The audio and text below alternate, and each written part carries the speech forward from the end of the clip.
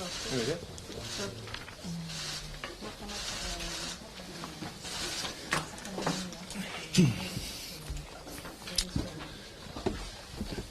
afternoon, everyone, and thank you very much for coming to the World Health Organization headquarters here in Geneva for the update on the situation regarding novel coronavirus. Also, big welcome to all journalists who are dialing in, and hope we will not have technical issues. I understand we had some, so hopefully everything will work fine. Also, this is being broadcast on WHO Twitter and Facebook account. As always, we will have a transcript later in the evening from this briefing, and audio file immediately. For journalists listening to us online, please dial 01 on your keypad to be put in a queue to ask questions. Today we have with us Dr. Tedros, WHO Director General, Dr. Mike Ryan, Executive Director for WHO Health Emergencies Program, and Dr. Sylvie Briand, who is the Director for Global Infectious Hazard Preparedness. We also have Dr. Maria Van Kerkhove, who you already know, as well as we have our Director for Strategic Planning and Partnerships, Scott Pendergast. Two of them may be answering some questions. So I'll give the floor immediately to Dr. Tedros for his opening remarks. Dr. Tedros. Thank you. So today's press conference is as what we have already announced, that we will have a daily press conference starting from today. So this will be the first one. And we will continue to have a daily briefing unless you're tired of us. So I'd like to start by saying good afternoon and welcome to all media. It's a record, actually, more than 100, including those online. And thank you so much for your interest on this very, very important issue during these very difficult times. And let me begin with the latest numbers. As of 6 a.m. Geneva time this morning, there are 24,363 confirmed cases in China and 490 deaths. In the last 24 hours, we had the most cases in a single day since the outbreak started. Outside China, there are 191 cases in 24 countries and one death in the Philippines. Of those, 31 cases are in people with no travel history to China, but all are close to contacts of a confirmed case or of someone from Wuhan. So far, 99% of the cases are in China, and 80% of cases in China are from Hubei province. Last night, I said that some high-income countries are well behind in sharing vital case data with WHO. I'm pleased to report that since then, many countries are already reporting, and this is welcome news. As I said last night, the relatively small number of cases outside China gives us a window of opportunity to prevent this outbreak from becoming a broader global crisis. Our greatest concern is about the potential for spread in countries with weaker health systems and who lack the capacity to detect or diagnose the virus. We're only as strong as the weakest link. Those of you listening to the technical briefing yesterday heard the plea from some developing countries for funding. And there are many countries in the same position. What is WHO doing to support those countries could be the question. We continue to support the Chinese government's efforts to address the outbreak at the epicenter, at the source in Wuhan. We must not forget how difficult this is for the people of Wuhan. But doing our best at the epicenter slows the spread of the virus, and that's what we're seeing. We're also continuing to provide scientific leadership. Today, the Strategic and Technical Advisory Group, chaired by Dr. David Heyman, has met and given us advice, especially on areas that we don't know. Separately, WHO has released a total of $9 million from our own contingency fund for emergencies.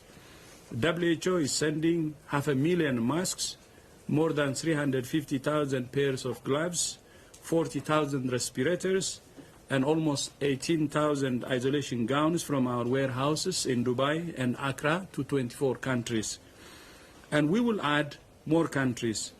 We're sending 250,000 tests to more than 70 reference laboratories globally to facilitate faster testing. But we need to do more. This is not enough. That's why today we're launching a strategic preparedness and response plan to support countries to prevent, detect, and diagnose onward transmission. We're requesting $675 million to fund the plan for the next 3 months. 60 million of that is to fund WHO's operations. The rest is for the countries that are especially at risk and who need our support. Our message to the international community is invest today or pay more later. Invest today or pay more later. $675 million is a lot of money, but it's much less than the bill we will face if we do not invest in preparedness now during the window of opportunity that we have.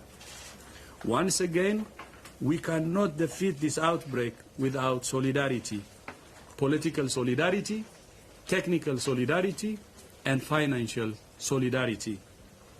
I would like to thank the Bill and Melinda Gates Foundation for quickly stepping up to offer $100 million in support for accelerating response efforts, strengthening preparedness systems in the most vulnerable countries, and to support diagnostics, vaccine and treatment research and development. As you know, we're working very aggressively on developing therapeutics and vaccines, and this pledge from the foundation will help us in speeding up the research on therapeutics and vaccines. Finally, we understand that people are worried and concerned, and rightly so. But this is not a time for fear. This is not a time for panic. It's a time for rational, evidence-based action and investment, while we still have a window of opportunity to bring this outbreak under control. Thank you. Thank you very much, Dr. Tedros. So now I'll give the floor to Dr. Ryan. Nope. So then we will go to Dr. Brian, who maybe can tell us a few words about a meeting she announced yesterday at a press conference at the UN regarding talks with the travel industry. Dr. Brian, please. Yeah, thanks a lot. So indeed, today we had a second teleconference with travel and tourism industry. The aim of those teleconferences is really to foster the dialogue between WHO and those companies. Most of them are, our interlocutors are umbrella companies, such as the UN, World Tourism Organization, or IATA or ICAO, and so and also some individual airlines that are attending those calls. So, as I said, the aim is to really have a good dialogue with them. Firstly, on the situation.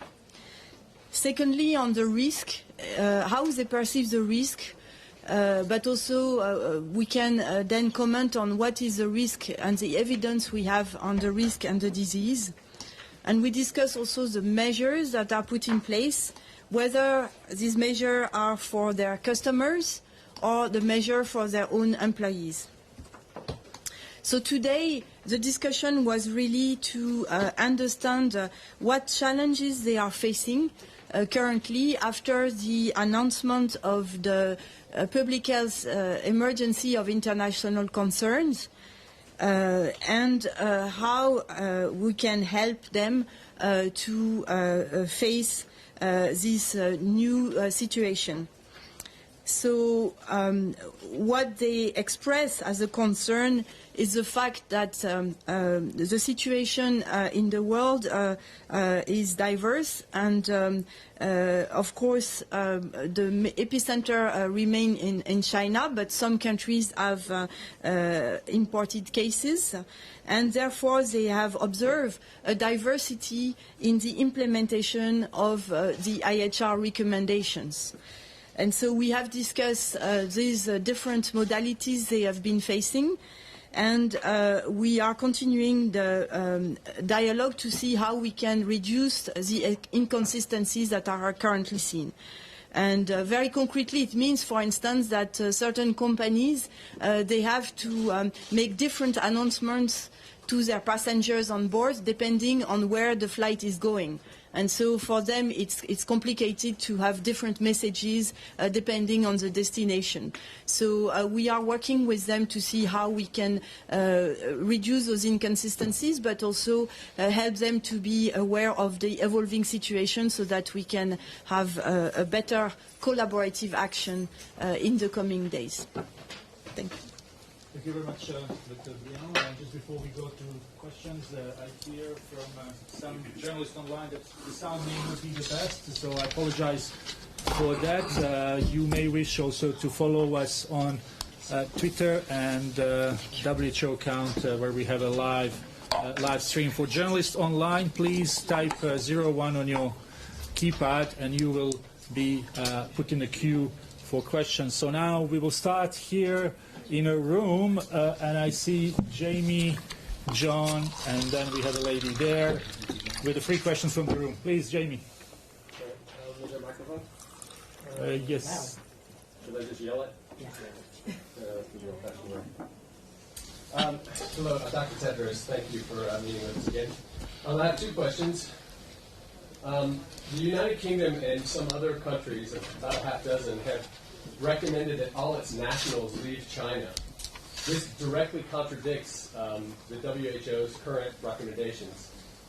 Is that kind of a response from the UK and other countries proportionate, and could it actually make things worse?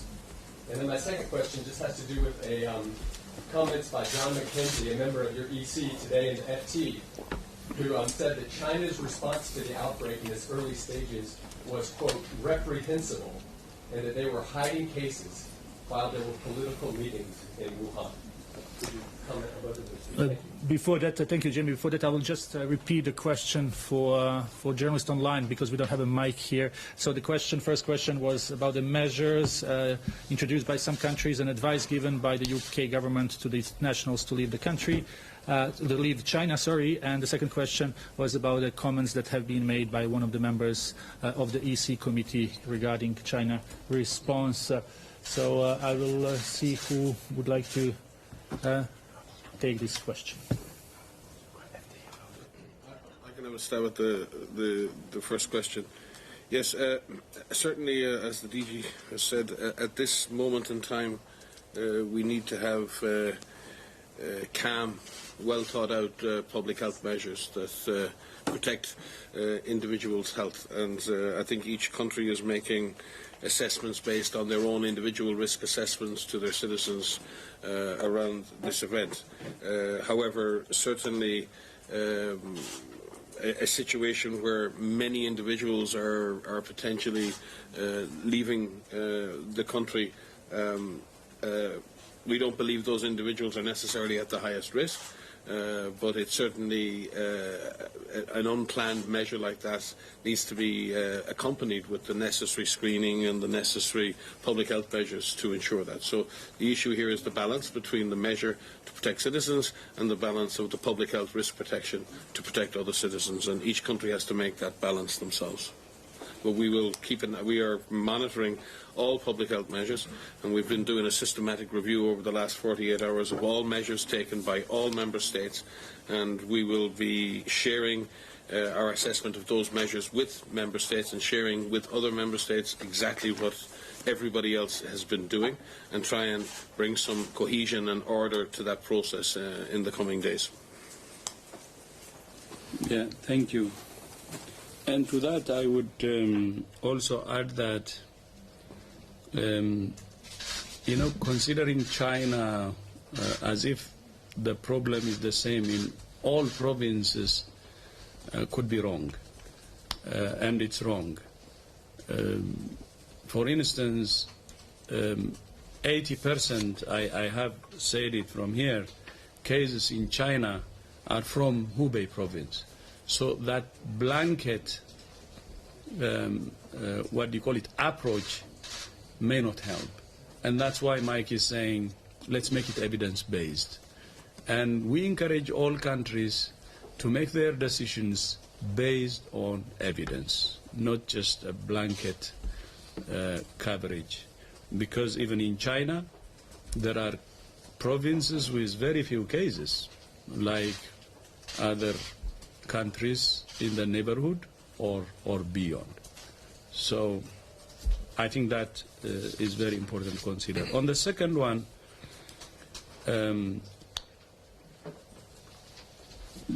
first of all, John is not a member of WHO. He's not a staff of WHO. I think there could be a problem in the newspaper. It says a member of WHO. It's not, so I think it's good if they correct the facts. And the second comment I have is, I cannot say they hide or they didn't.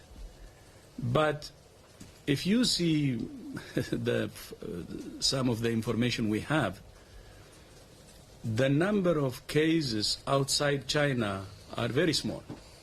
When we declare fake, they were even smaller. How many?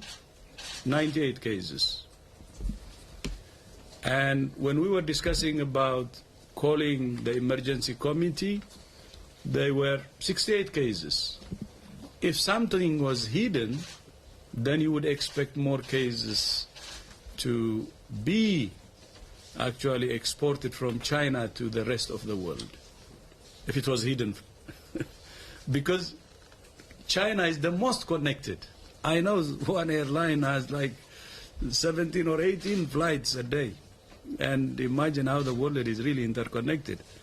Even if China hides it, I don't think the cases would be prevented from crossing the borders to other countries.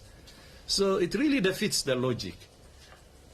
So that's why I say it's very hard to take that for me. I'm an epidemiologist, by the way, public health specialist. And if there was hiding, I would expect more cases, more than 68, especially the first deliberation of the EC itself, because many cases would have made it to the rest of the world without even us knowing. But again, I say, let's check. Maybe we will have the after-action review and to see if there was something hidden or not. Because I cannot say whether there was something hidden or not. I can only use some logic to really understand the situation, and that's what I would propose for the time being. And then one advice I have is, for something happened in the past, we will have the after-action review. And we have scientists who will really understand, investigate that, and tell us the truth. Now, as global community, please, let's focus on the actions we can take today to prevent this outbreak from spreading all over the world. We have 190 countries in 90 cases in our hands in the rest of the world. It's small, but the situation can get worse. Let's use this window of opportunity to really invest in prevention, to invest in control, and prevent this virus from spreading. It's time to act, not to speculate and spread fear, spread panic. That's not the time. It's really time to look forward and act. That's what I would advise. And on WHO side, we will do everything to address this outbreak. But I would leave to such kind of perceptions by whoever it is for the after-action review, because I don't think it helps now. Let's act, and act, and act. Thank you. Maybe I could just add that John is an eminent scientist for whom we have great respect. But John has led a career that has been driven by evidence. And I think the issue here is evidence, not speculation. And we need, at this point, to avoid speculation that's not driven by evidence, in all spheres, be it scientific, political, or otherwise. Thank you very much, Dr. Tedros. Thank you very much, Mike. Lady here, and then John. Please go ahead. Sorry, I have three questions. First, after the swift construction of the two field hospitals, several public facilities in Wuhan, including a sports stadium and two convention centers, are renovated into the so-called cabin hospitals or the mobile hospitals to accommodate more patients with milder symptoms. So how do you think these actions would help reduce the mortality rate and contain the epidemics in the epicenter? And the second question is, yesterday Dr. Tedros reiterated in the technical briefing that the WTO is sending a team of international experts to China to increase understanding of the outbreak and to guide them to the response. So could you elaborate more on the composition and the mission of this team, its concrete plans, and any outcome could we expect from the visit of this group in China? And the third question is, while there are mixed messages right now, all kinds of potential therapies and vaccines against the novel coronavirus, could you clarify to us, for the moment, what is known and what is unknown to the WHO on the efficacy or potential efficacy of those therapies and vaccines that are currently available? Thank you. Thank you very much. I will repeat again for the journalists online, and we apologize again for technical issues. The audio file that you will receive immediately after will be of a good quality. First question was about the hospitals that are being built in Wuhan for milder cases. What's the comment of WHO? Second question is of international mission to China that has been agreed. Do we have news on that? And third question was to clarify where we are with the treatments and vaccines being developed. Thank you. I'll try and answer the technical aspects that the DG may wish to supplement. It's certainly impressive what's been achieved in a very short number of days in China, and represents a remarkable effort not only in public health but in logistics and in planning and architecture. And certainly the ability to bring patients, be they moderate or severe, to a site where they can be treated properly not only helps those patients but also helps remove those patients who may be infectious from the rest of the community. This is a major undertaking, and those hospitals now and the various facilities that have been set up also, remember, will be staffed by Chinese doctors, nurses and others who've come from other parts of China to help. So it's also a remarkable act of solidarity within China between the provinces, and clearly demonstrates the determination of the Chinese health authorities at this present time. So they continue to do everything humanly possible, both to put the health of their own population above any other consideration, and in doing that offer an opportunity for the rest of us to prepare.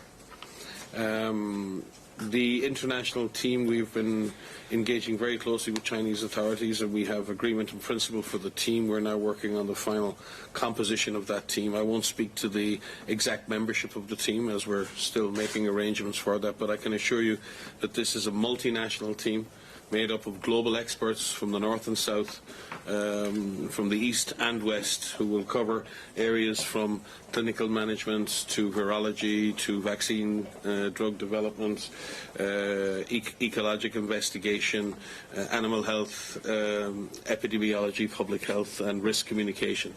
The team's objective is to learn primarily from Chinese counterparts on their experience in dealing with this event, so the world can learn from them.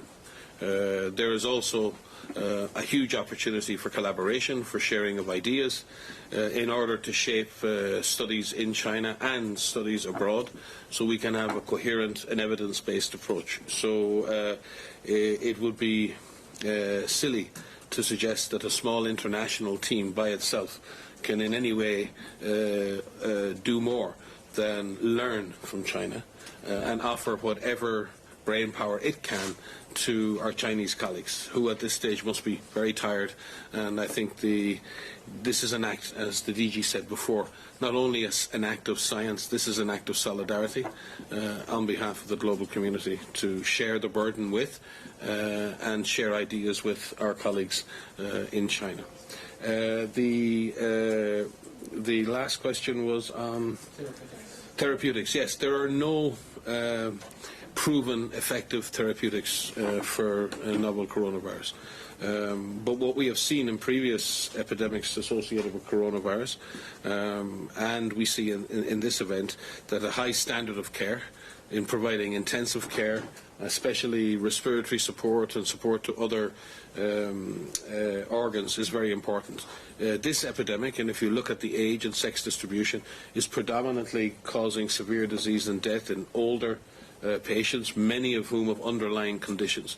So supporting a patient through the most severe portion of the infection and ensuring that they don't, and many of the patients who've died have died from multi-organ failure, where many organs fail, not necessarily directly as a result of the virus infection, but a result of the demand and the shock that the virus causes in the body in general. So many patients of the severe end will survive if given adequate supportive care. But that, in some cases, is very intensive and very demanding on health workers, and obviously doing that with full PPE on is a challenge, and you've seen that in many of the images. It is one thing to care for a patient in your normal gear. It's an altogether different challenge to do that when you're wearing PPE. And it is also frightening for the patient themselves, because they don't have the normal human contact that we would expect. So this is not a normal situation in that regard. There are therapeutics that have been used and are being used, like protease inhibitors, like interferons and others. And we've been carrying out a systematic review of all of the available therapeutics, and that's been part of the work of the Research and Development Blueprint here at WHO. There are Maria's here, but there are hundreds of clinicians and others in active virtual communication with almost daily teleconferences. And what's been wonderful is to see Chinese clinicians on the line with clinicians who are managing patients all over the world, and literally exchanging information of what we're doing, what we did yesterday, what we're doing today, what's working, what's not. But amongst that process, we need to bring systematic gathering of evidence. And we have created standardized reporting forms for the clinical data, so we can centralize all that information to see what is working and what is not. We have also shared clinical trial protocols with all of the countries dealing with cases, which allow them to potentially systematically test drugs. And next week in Geneva, there will be a major meeting, which will be both in Geneva and virtual, of hundreds of researchers and agencies involved in research to set the priorities for the development of therapeutics, diagnostics and drugs. So this is a global effort from the clinician in the front line today, connected to the world, and the world connected to each patient through those clinicians. And managing that process is a huge task in itself. But it is a great sign of the solidarity, and again, remembering that the real heroes in this response are the frontline doctors and nurses who are going to work every day and trying to help and save patients from this virus. Yeah, I think the general had said it all. we're working round the clock. We have an internal core group which is meeting daily basis, and also a global coordination meeting on weekly basis. So be it vaccines or support to countries which are vulnerable is checked round the clock. So we will push the same way. One more thing I would like to comment on, agreeing on what he said, is especially about the expert team. As you may remember, on January 22 and 23, we had a meeting of the emergency committee. This was to decide whether the situation is fake or not. And as you may remember also, January 23, the emergency committee was divided, so the recommendation to me was, let's meet in 10 days.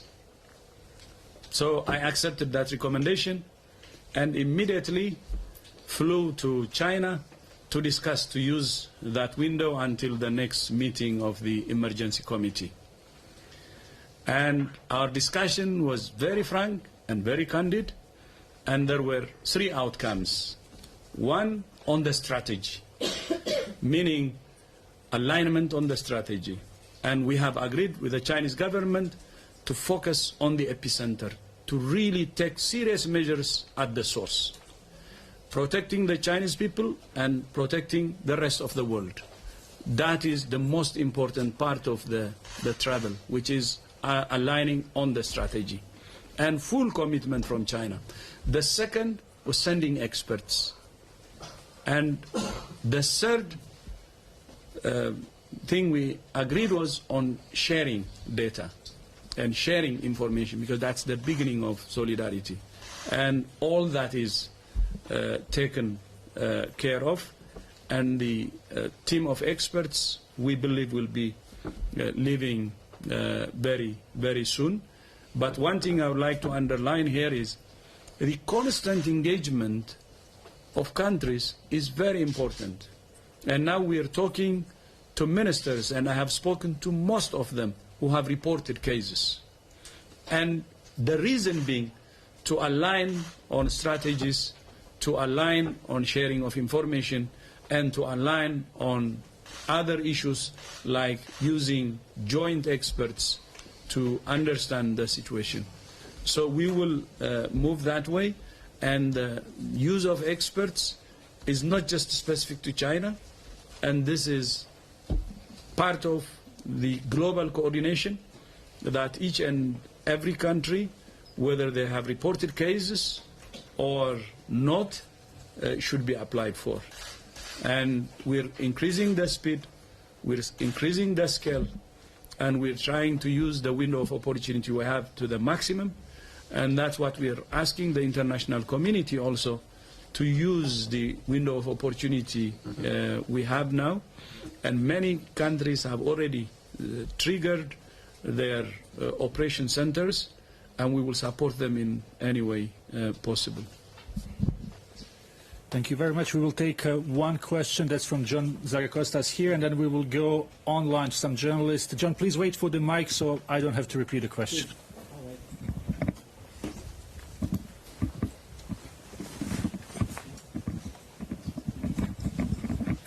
Yes. Good afternoon. John Zaracostas for France 24 and The Lancet. Dr. Tedros, you just mentioned that one of the agreements in Beijing was the sharing of the data. Can you shed some light how much of the confirmed Chinese cases you've received the data in Geneva and in regional offices? Yesterday you read the Riot Act that many developed countries, less than 40%, had provided the data. What is the situation with the Chinese data? What percentage has been received? The reason I'm saying that, there was a classified briefing yesterday in Washington, and the most senior senator in the US Senate basically raised concerns about the reliability of the Chinese data. So if you could put that to rest. Thank you.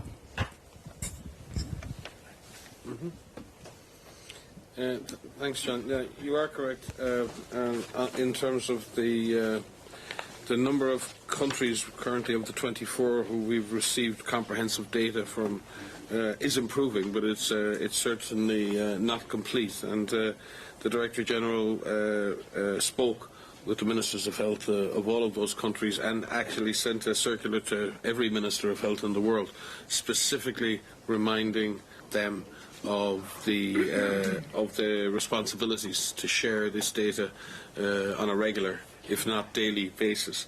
We also, the DG also asked not only for the sharing of the surveillance data, cases, confirmed cases, but for the results of the community studies and other transmission studies that were being carried out, so we can collate all of those together. And we've been looking at a lot of that data that's been received so far.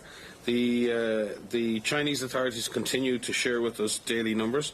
They also continue to share with us, as they did at the EC, detailed epidemiologic descriptions and clinical descriptions of the cases, including epidemic curves. The issues they face in the last week with the growing number of cases is sharing detailed and translated individual case forms. You can imagine the challenge for country X that has 12 cases are very different to a country that has reported 4,000 cases yesterday. So I think we need to leave a little bit of leeway and room here. This is a challenge, and we're very careful that we don't want to overtax the system, but at the same time get the information we need. We're certainly pleased with the clinical information. We're getting very detailed information on the clinical experience. We're getting very detailed information on the work being done in the lab. As you've seen, they've shared, the country continues to share sequences on open platforms. So overall, we're pleased. We would, though, obviously like to have as up-to-date information as possible, but we say that to all member states. We say that now to every member state that has cases, including China, that we would like daily disaggregated data from them. And this is not so WHO has data. That is not the point. The point is that the world has the evidence it needs to make good decisions in the coming days and weeks. And within the strategic response plan, there's an element of that's around that global coordination function, and you'll see how that's costed out. But you'll also see in the strategic response plan that the vast majority of that investment is actually targeted at countries so they can build their capacity to detect, assess, contain, treat cases and report those cases at the global level. So if you point yourselves to that plan, the core of that plan is about improving our collective capacity to detect, prepare and respond to this event. Thank you very much. The answers were quite long, which is good, but we will have to leave soon, so we have time for 2 more questions, and I think it's fair that we give one question from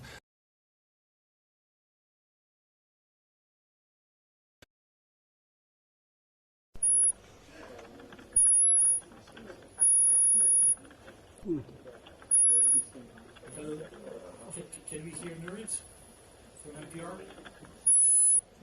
If not, we can try with her to be the last question. And now I'll give a floor to our friend Chu. Just a second, please.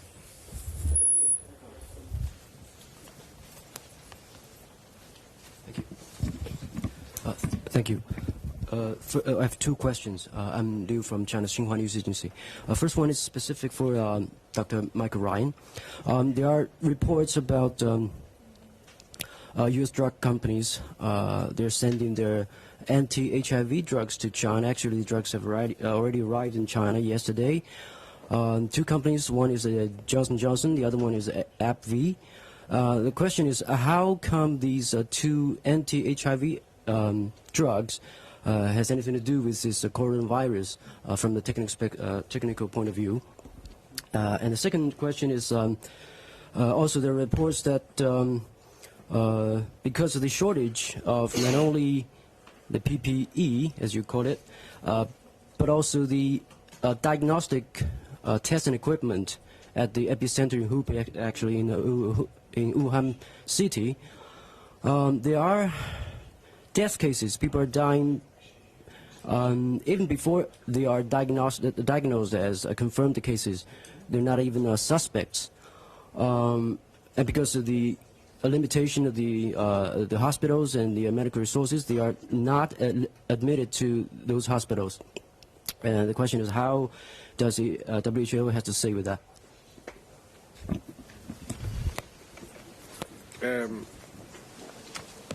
First of all, on the anti-HIV drugs, as I said previously, there are no current therapeutics that are thought to be highly effective in the treatment of coronaviruses in general. In many cases, when we have a new disease, researchers will look to see what the activity of existing drugs is against a new infectious disease. In certain circumstances where there is reasonable empirical evidence, countries may use those drugs on a compassionate use basis or an off-label. This is a licensed product which is licensed for use in a certain disease, but because the drug is considered to be safe and effective in another disease, in a controlled environment, those drugs can be tested against something like coronavirus. But it's extremely important when that is done that clinical data is collected on the experience of the patient, so that can be used to build the case for or against the use of those drugs. And we've seen in cases, too many outbreaks in the past, the use of different types of interventions, and at the end of the outbreak we know less than we knew at the beginning. So it's really important that if such drugs are used, they're used under the authority of the national authorities. They're part of either compassionate trials or they're used as part of clinical trials, and they're overseen by the highest regulatory and ethical standards. And I believe that will be the case in the use of any drugs. I'm looking at Sylvie in case she has any supplementary comment to make on that. No, I think Mike is fully right, and I think the drugs have been part of other protocols that have been used for MERS virus, which is also a coronavirus, and this is why you have heard about those drugs, but currently none of those have been approved, and it's still we are still at the research phase. So, and this is something we will discuss next week at this research meeting to see how we can have standardized protocol and how those different antivirals can be used for this particular virus. Regarding the issue of diagnostics in China, our understanding is that China, and particularly in Hubei and Wuhan, there are adequate reagents and adequate materials for carrying out the test, but there clearly is a backlog in testing, and very often that is the availability of enough laboratory technicians. You can only imagine the workload there is on the laboratories at the moment with the number of cases. And remember, when you see 4,000 confirmed cases or 3,000, that can mean thousands of negative cases as well. And getting a negative result is just as much hard work as getting a positive result. So the strain, and there might be only a small percentage of people who turn out positive. So the workload on those labs and those lab technicians is extreme. So one can expect, and in situations like this, one always sees a backlog. What we're working with the Chinese authorities on is prioritizing that process so that the most important patients get their diagnosis early. I'm not aware of any particular individual cases where people have died before diagnosis. I'll be happy to speak with you afterwards, but that certainly isn't the aim. The other thing that sometimes happens, not in this case, is sometimes people come to healthcare very late, and we've seen certain instances of that, and they may be very sick when they arrive. So it's not unusual, it's not ideal, but it's certainly not unusual to see people diagnosed close to death, especially if they've come late for care. But clearly, there is no question that the system is under some strain, and the system is having to react and scale up the response. But again, we must pay respect to the scale up in the lab service that has occurred, particularly in Wuhan and Hubei, over the last 3 to 4 weeks. Thank you very much. Unfortunately, we will have to conclude this press conference as Director General has important meeting to go to. We apologize to all journalists online for technical issues we had, and that we haven't been able to take their questions. But as Director General said, we will try to have daily briefings of this sort, so please stay with us in coming days. The audio file will follow shortly, as well as transcript. Thank you very much for your attention. So see you tomorrow. Thank you. Gabriela. We're going to do daily briefings, but I've got to get the DG out of here because he's got a meeting upstairs. Keep him here. He's our friend. Why not you stay and then continue? What I will do is, I will leave my two colleagues, the general and me. We'll bring Maria in. And Maria come, and Scott. In 6 minutes. So you will excuse me, but I will keep my colleagues behind. The board meeting, as you know, is ongoing, so I have to go and answer there also, okay? I think this is a good deal. Bargain. See you tomorrow. Bargain. See you tomorrow. Come here, So, please. Scott, So look, if we can then, we take this proposal from DG and we continue for another 10 minutes with our guests. So Gabriela and Catherine. Okay. And then Buddy, and then probably that will be it for today. So Catherine, please, go ahead. Let me just put those nameplates. this is Here we have a new round of guests.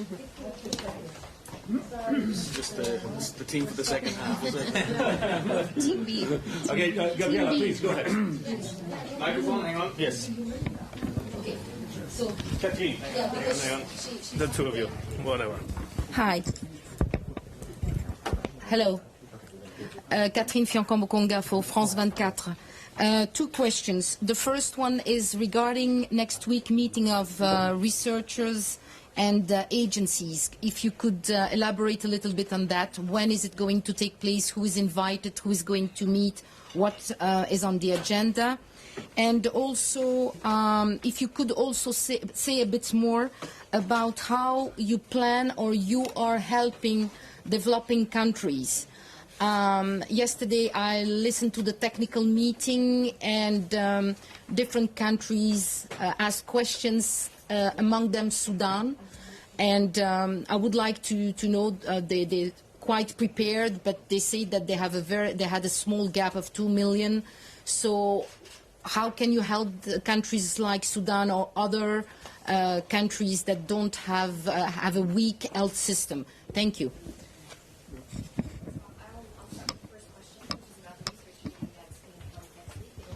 And 12th of February here in Geneva, here at WHO. And it's a global research meeting for 2019 novel coronavirus. It will not only focus on R&D for diagnostics, therapeutics, and vaccines. It will also cover research in the areas of the animal source, at the animal-human interface, early epidemiologic and clinical investigations, research around IPC and healthcare workers, in addition to advancing the development of rapid diagnostics, serologic assays, therapeutics for patients, and vaccines. And social science. And social sciences, thank you. And social sciences. So it will be everything. So we want this, thank you. It's social sciences is not an afterthought. It is something that is prominent in all of our responses and in research. We have invited global researchers, public health professionals, academics, frontline people who are directly dealing with patients to come to this. It's been put together quickly. So we've done our best to ensure that we have the right people at the table. We will try to bring in people virtually as well, because it is difficult at the last minute. And, frankly, many of these individuals are on the front line working and dealing with this. But we want to bring the best minds together, the people who have experience in this, so that we can come away with a comprehensive research agenda around the novel coronavirus. So in terms of providing support to weaker health systems, we released yesterday the Strategic Response Plan, which is the international community's support to all countries to prepare for and respond to the coronavirus. In that plan, we outlined very clearly the different actions that have to happen at country level in terms of preparedness, being able to detect, being able to diagnose, being able to treat people affected by the virus to prevent the onward transmission. Within this, there's a budget of $675 million. The vast majority of that money is for national governments of weaker health systems to scale up their preparedness and response. We're working with a lot of international donors and the multilateral development banks to make sure that emergency financing can be provided to countries such as South Sudan and Sudan, as mentioned yesterday. As to all countries, we're providing clear guidance and technical expertise of what needs to be done, and we're engaging with the broader set of technical and operational partners at country level, such as through the UN country teams, to identify those partners that are in a very good position to rapidly support national governments to scale up these preparedness and response activities. Within this, we've also got a measurement framework of being able to measure the progress towards preparedness and response, and we'll be doing that on a regular basis. And just to maybe add and give you a practical example, as of the 3rd of February, which I think was the day before yesterday, only 2 countries in Africa had the capacity to diagnose COVID. As of the 7th of February, almost all countries in Africa will have that capacity. WHO has dispatched 250,000 properly standardized test kits to 70 countries all over the world. This was dispatched from Germany yesterday. And when you think this virus was only identified, isolated, characterized, sequenced, and that sequence shared sometime in the 2nd week of January, to not be in the 2nd week of February, and we already have standardized diagnostics going. In addition to that, 24 countries yesterday came to Addis Ababa, or to Senegal, I think. Senegal, to the Institut Pasteur, and NICD South Africa and Institut Pasteur trained those technicians. We did this in collaboration with the Africa CDC. So those reagents will meet with trained technicians, and we hope that every country in Africa will get that, will have that capacity. Also, that expense has been borne by WHO, but through this process we've been able to negotiate a price for those diagnostics that's between 1/10 and 1/100 of what they would cost on the open market. So we've tried to create a good value solution with a high quality standardized diagnostic network. Again, we're basing this on our existing global influenza surveillance network, and the expansion of national influenza centres in Africa over the last number of years has created a much bigger infrastructure. So we're seeing the progressive use of preparedness that's been in place before, been used as a platform for expanding readiness. And we see good things can come of this. So that's just one example, and we need to do that for clinical management. We need to do that for social science. We need to do that for other things. But we're not just talking about preparedness. We're actively doing it. And when you look at the strategic response plan, the vast majority of that, over $600 million, is aimed directly at building the capacity of those countries. And when you look at those countries, we have I think at the moment we have something like 27 countries that are at high risk of importing the virus or already have imported it that need direct assistance very quickly. And then we have a group of countries who have some capacities but will require some technical assistance, and that's 34. So we have over 50 countries that already either have a high risk of importation or have a need for either direct operational assistance or technical assistance from us. That's a big challenge, and we very much rely on our regional office platforms. And again, we'd like to thank our colleagues in our 6 regional offices around the world who operate as the main platform for us to deliver that. So while we focus here on global support, global issues, our regional offices are able to focus their effort on delivering the technical and operational assistance to the countries that need it.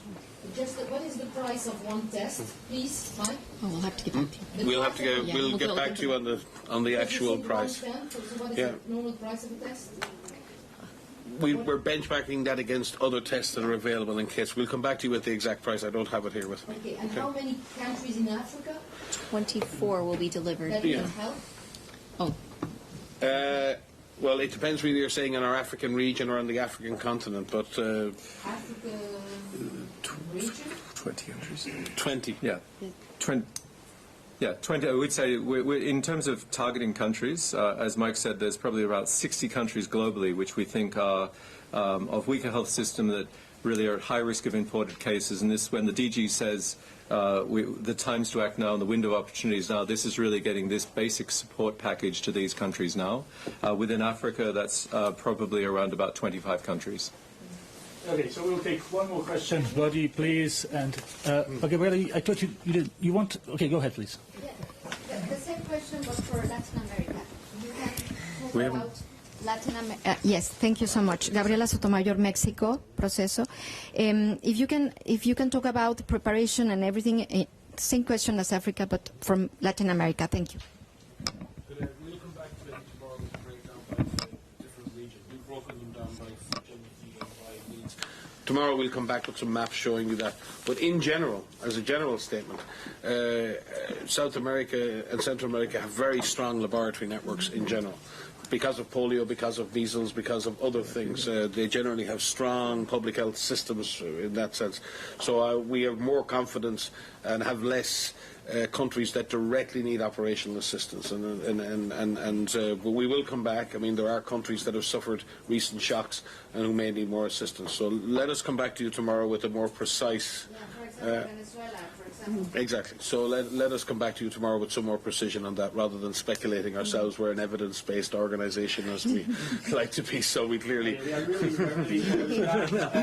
Ryan has to leave as well. So I really suggest that if other guests we stop the press conference here, and if our other guests can stay for a little bit longer to answer one-on-one questions. Thank you very much for everyone, and thank you for being with us. We will be again here tomorrow. Thank you.